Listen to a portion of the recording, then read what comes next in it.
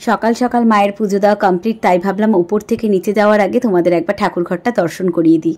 তোমরা যারা আমার নিয়মিত ব্লগ দেখো তারা তো জানোই আমি কিন্তু এই শেক দিয়ে প্রত্যেকদিন ব্রেকফাস্ট সারি। গতকাল রাতেই কিন্তু ইঁচড়টা কেটে রেখেছিলাম, আর এখন রান্নাঘরে এসে প্রথমেই কাজ হলো এই ইঁচড়টাকে সেদ্ধ করতে বসিয়ে দেওয়া, কারণ যেহেতু এটা সেদ্ধ হতে অনেকটাই টাইম নেয়। তারপরে চালটাও একটু ভিজিয়ে নেব। আমি না প্রত্যেক দিন কিন্তু চালটা ভিজিয়েই রাখি ভাত রান্না করার আগে। আর তোমরা যারা জানো তো জানোই, আর জানো না যারা নতুন সংসার করছো তাদের বলে দিচ্ছি যে এই চালটা যদি একটু ভিজিয়ে রাখো তাহলে কিন্তু ভাতটা ভীষণ ঝরঝরে হয়। এরই মধ্যে বাজারও কিন্তু চলে এসছে, মাছের প্যাকেট থেকে মাছগুলো বার করে নিলাম। আর দেখো ফলগুলো যেগুলো এনেছে, তোমাদের দাদাভাই তো প্রত্যেক দিন দুপুরবেলা দোকান থেকে আসলে ফল চাই, তো ফ্রুটসগুলো আমি ধুয়ে রেখে দিলাম। ইঁচড়টাও এদিকে সেদ্ধ পুরো হয়ে গেছে, এবার আমি জল ঝরাতে দিয়ে দিলাম। আজকে বাজার থেকে এনেছিল পাবদা মাছ, আর পাবদা মাছটাই আজকে রান্না করব খুবই হালকা পাতলা করে, যেহেতু এতটা গরম পড়ে গেছে। এখন অতিরিক্ত রিচ না খাওয়াই ভালো। মাছগুলো ভালো করে ধুয়ে পরিষ্কার করে নুন হলুদ মাখিয়ে রেখেছিলাম। এখন কড়াইতে ভালোভাবে তেল গরম করে মাছগুলো এক এক করে ভেজে নেব। আর দেখো এদিকে বলে না আমি নিজে সবই জানি, কিন্তু নিজের ক্ষেত্রে কিছুই কাজে লাগাই না। তো মাছগুলোর গায়ে তো একটু তেল মাখিয়ে নিলে বেশ ছেটে না। তোমাদের দাদাভাইও সেটা বলছিল যে তুমি কেন তেল মাখিয়ে নাও না।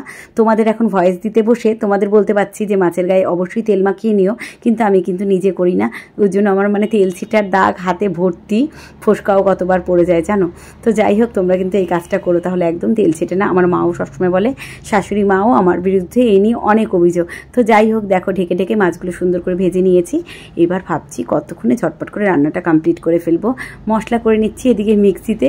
এই মিক্সি হয়ে যে কত সুবিধা, আমাদের মা শাশুড়ি মা এরা তো সব বেটে বেটেই মশলা খাওয়াতো আমাদের রান্না, আর সেই রান্নার টেস্টও ছিল যদিও অন্যরকম। কিন্তু আমরা এখন কি করব, সবাই কুঁড়ে হয়ে গেছি এই আধুনিক যুগে এসে। তো আমরা তো মিক্সিতেই মশলা করি, তাই না? কতটা সুবিধা হয়ে গেছে, তাও বলে আমাদের সব কাজ করতে কতটাই কষ্ট।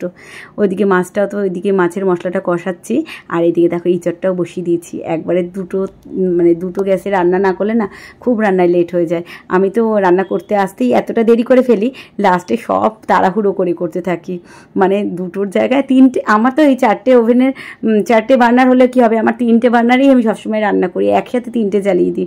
না হলে আর তোমাদের দাদাভাইকে ঠিক টাইমে খেতে দিতে পারবো না। মাছের ঝোলটাও এদিকে রেডি হয়ে গেছে, একটু ধনেপাতা কুচি করে ছড়িয়ে দিলাম। মাছের ঝোলটা না আজকে খুব হালকা পাতলা করেই রান্না করেছি, একদম কালো জিরা আর পাতলা পাতলা আলু আর বড়ি দিয়ে করেছি।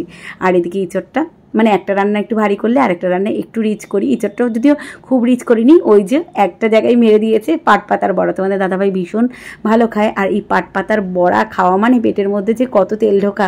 আমি একদম, যদিও এখন খাচ্ছি না কয়েকদিন ধরে, আমিও খেতে ভালোবাসি, কিন্তু কয়েকদিন ধরে একটু ডায়েটে আছি, একদম খাচ্ছি না।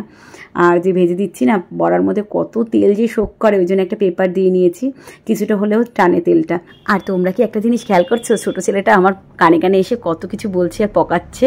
আবার এর মধ্যে দেখো বড় ছেলেও চলে এসছে। ওই যে একটা আবদার, যে খেতে যখন ওর আব্বু যখন ওদের খাইয়ে দেয়, দুপুরবেলা 2 ছেলেকেই খাইয়ে দেয় ওর আব্বু বাড়িতে থাকলে ওরা তখন চায় যে আমি যেন আমার মোবাইলটা একটু হাতে দিই।